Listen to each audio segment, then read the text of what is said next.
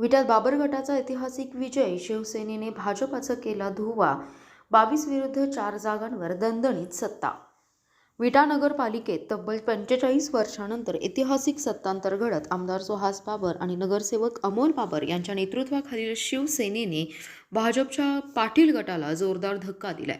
नगराध्यक्ष पदासह 22 नगरसेवक जागांवर विजय मिळवत शिवसेनेने भाजपचा धुरळा उडवला, तर भाजपला 26 पैकी केवळ 4 जागांवर समाधान मानावं लागले.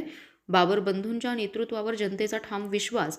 विट्याचा विकास कोण करू शकतो या प्रश्नांवर मतदारांचा विश्वास मिळवण्यात बाबर बंधू यशस्वी ठरलेत. व्यक्तिगत द्वेष, राजकीय सूड किंवा कुणाला अडवण्यासाठी नव्हे तर विकासासाठीच सत्ता दिली आहे याची पूर्व जाणीव आम्हाला आहे, असं मत नगरसेवक अमोल बाबर यांनी व्यक्त केलं.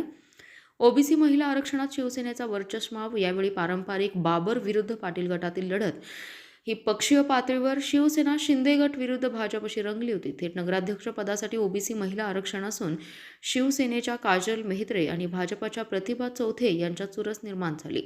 राष्ट्रवादी काँग्रेसने रोहिणी दीपक जंगम यांना उमेदवारी दिली होती. पहिल्या फेरीपासूनच काजल मेहत्रे यांनी आघाडी घेत सत्तांतराचे संकेत दिले. अखेर त्यांनी 3194 मतांनी विजय मिळवत नगराध्यक्षपद पटकावले. 36,000हून अधिक मतदान. शिवसेनेचे सरशी नगरसेवक पदाच्या 26 जागांसाठी 13 प्रभागातून 68 उमेदवार निवडणूक रिंगणात होते. या निवडणुकीत तब्बल 36,773 मतदान झाले. निकालात शिवसेनेने 22 नगरसेवक प्लस 1 नगराध्यक्ष अशा 23 जागा तर भाजपने केवळ 4 जागा जिंकल्या.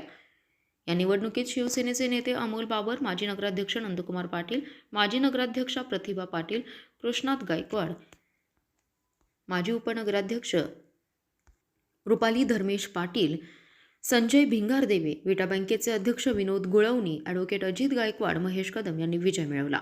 तर सुनीता भिंगारदेवे, पृथ्वीराज पाटील, संजय सपकाळ, पद्मसिंह पाटील, अरुण गायकवाड, अविनाश चोथे, अमर शितोळे, सचिन शितोळे, प्रशांत कांबळे यांना पराभवाचा सामना करावा लागला.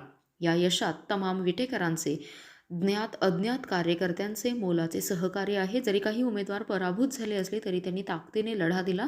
त्यांच्या प्रयत्नांमुळे संपूर्ण पॅनलचा विजय शक्य झाला, असे आमदार सुहास बाबर यांनी सांगितले. एकूणच विटा नगरपालिकेतील हा निकाल बाबर गटाच्या नेतृत्व शक्तीचा, संघटन कौशल्याचा आणि जनतेच्या बदलाच्या अपेक्षांचा स्पष्ट कौल ठरलाय. पुन्हा भेटूया अशाच आणखी एका खास बातमीसोबत. आपला जिल्हा, आपली पावर, पावर मराठी न्यूज. एकच नजर, चौफेर खबर. मित्रांनो, व्हिडिओ आवडला असेल तर लाईक, शेअर, सबस्क्राईब करायला विसरू नका.